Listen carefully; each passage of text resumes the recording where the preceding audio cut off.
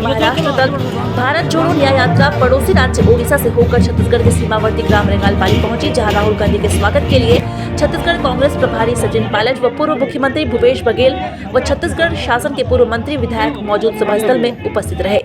राहुल गांधी का किया गया भव्य स्वागत के बाद राहुल गांधी सभा स्थल पहुंचे, जहां हजारों की संख्या में लोग राहुल गांधी को सुनने पहुंचे।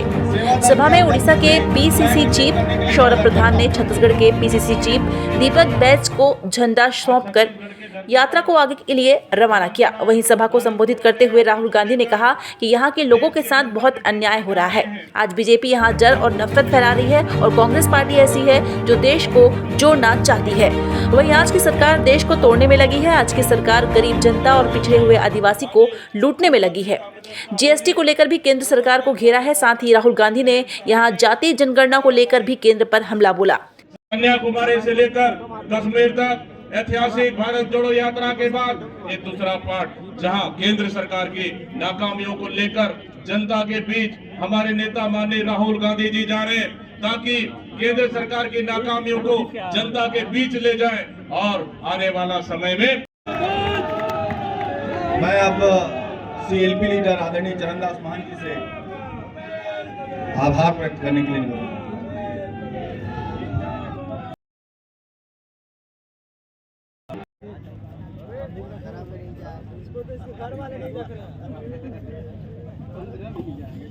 चलो भैया हम रंगोली देखते हैं।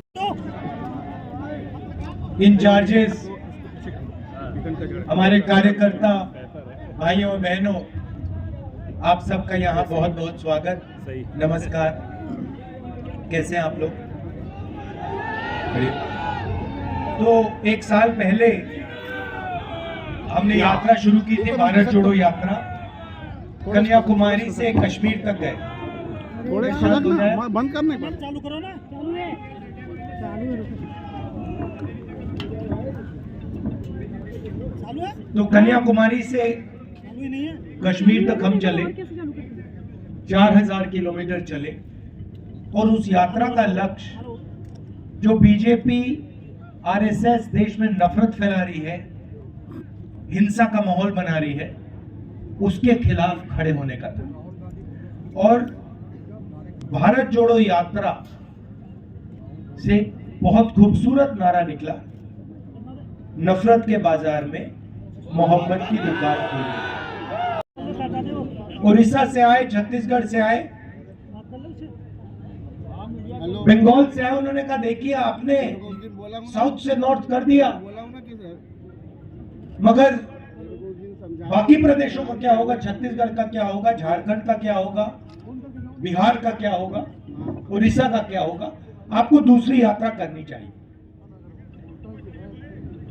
हम इस बात से सहमत हुए, बात एक्सेप्ट की, और मणिपुर से महाराष्ट्र तक हमने दूसरी भारत जोड़ो यात्रा शुरू की। और इसमें हमने एक शब्द जोड़ दिया, न्याय शब्द जोड़ दिया। क्योंकि पहली यात्रा में हमें दिखा चाहिए, आदिवासियों को हक मिलना चाहिए। क्या इससे देश नहीं बच रहा है? सवाल पूछा। तो मैंने इससे दूसरा सवाल पूछा। मैंने कहा भैया आपका सवाल बहुत अच्छा है, जवाब देने से पहले मैं आपसे सवाल पूछना चाहता हूं। आर्थिक अन्याय, आज हिंदुस्तान में हमारे युवाओं को रोजगार नहीं मिलता। 40 साल से सबसे ज्यादा बेरोजगारी आज है। महंगाई बढ़ती जा रही है। पब्लिक सेक्टर यूनिट प्राइवेटाइज होते जा रहे हैं। तो मालूम नहीं, क्योंकि जो आंकड़े हमने निकाले थे 2011 में, वो नरेंद्र मोदी ने पब्लिक नहीं किए। मगर कहा जाता है 50 से 55% पिछड़े वर्ग के लोग, उनकी आवाज ना मीडिया में है, ना हिंदुस्तान के सबसे बड़े 200 कॉर्पोरेट में है, ना पीएमओ में है, मालिकों के लिस्ट में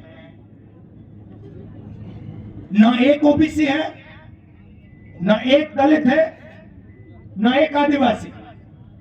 मैं आपको बता सकता हूं कि दिल्ली में 90 अफसर जो देश को चलाते हैं उनमें से 3 ओबीसी हैं, एक आदमी 53% ये हुए, उसमें गरीब जनरल कास्ट के भी लोग हैं। नरेंद्र मोदी हिंदुस्तान का प्रधानमंत्री तो ओबीसी है, पार्लियामेंट में बोला। अब मजे की बात सुनिए, जिस दिन मैंने जाति जनगणना की बात की उस दिन के बाद नरेंद्र मोदी ने अपने भाषण में कहा कि इस देश में कोई आपके प्रधानमंत्री जनरल कास्ट के आदमी हैं।